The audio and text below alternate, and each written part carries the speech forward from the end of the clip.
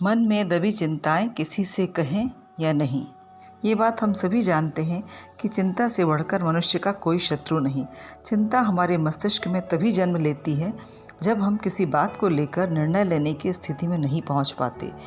एक कोई बात या समस्या हमारे मन में घर बना लेती है और हम उस समस्या में समाधान पाने के लिए सोचते चले जाते हैं। किसी भी समस्या के समाधान के लिए सोच और चिंतन आवश्यक होता है, पर जब यह चिंतन अर्थहीन हो जाए या अनुचित दिशा में चला जाए तब यह एक गंभीर समस्या बन जाती है, क्योंकि निरर्थक चिंता में डूबकर हमारा ध्यान प्रायः ऐसी समस्याओं में उतर जाता है जिसका समाधान संभव नहीं होता। तो चिंता जब मन की गहराई तक पहुंच जाए तो एक बीमारी का रूप धारण कर लेती है, जिससे हम बीमार हो जाते हैं, निराशा और अवसाद में चले जाते हैं। किस तरह हम चिंताओं से मुक्ति पा सकते हैं? क्या अपनी चिंताओं को दूसरों से कह देना उचित है या नहीं? तो जानते हैं, जब मन स्थिति ऐसे भंवर में फंस जाए तो हम खुद को उससे कैसे निकालें। इससे पहले कुछ समय के लिए ही सही उस अर्थहीन विचार से निकलें। सोचने की दिशा में परिवर्तन करके देखें। हो सकता है जिस राह को सही मानकर लगातार उस पर सोचते चले जा रहे हैं वह राह ही सही ना हो। चिंताओं को मन की गहराई तक नहीं उतरने दें। कहा जाता है चिंता चिता के समान होती है।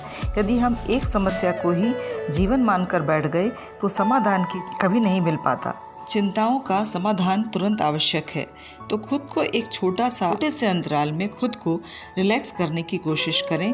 5 मिनट ही सही, यदि आप उस चिंता से खुद को अलग कर ईश्वर का ध्यान करें, एक बार प्रकृति के पास चले जाएं, थोड़े से समय के लिए एक नई सोच पुरानी चिंता की जगह ले लेगी। चिंता को हल करने में किसी भय अनिष्ट की आशंका को सबसे पहले अलग कर दें।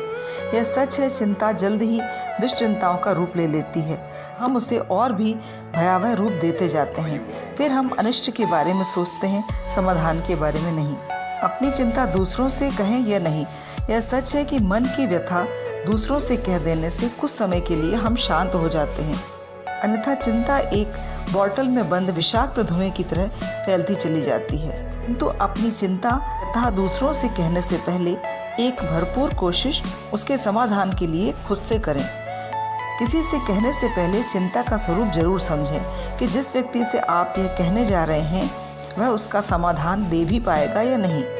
चिंता जिस तरह की हो, चिंतक भी उसी विषय का होना चाहिए, ताकि स्थितियों को समझ सके। कभी चिंताओं का निदान ज्ञानकार से ज़्यादा अनुभवी व्यक्ति दे सकता है।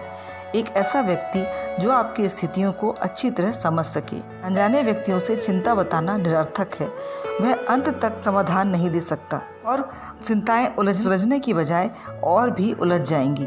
तो यह जरूर जान लें कि जिस व्यक्ति को समाधान के लिए आप चुन रहे हैं उस पर आपका विश्वास हो, अन्यथा चिंता एक निरर्थक वार्तालाप का रूप ले लेगी। एक व्यक्ति से कहने से यदि आप सहमत ही तभी किसी दूसरे से मन की व्यथा कहें। अंत में यही कहूँगी कि पहले अपनी कोशिश में कमी ना करें। सही सोचें, सटीक सोचें, निष्प्रय होकर व्यवहारिक होकर सोचें। जरूरी हो तभी अपनी समस्याएं दूसरों तक लेकर जाएं। यकीन मानिए, इस तरह से हल ढूंढने से आप चिंता की मरुभूमि से बाहर निकल आएंगे और खुद ही एक अच्छा समाधान आप अपने सामने पाएंगे।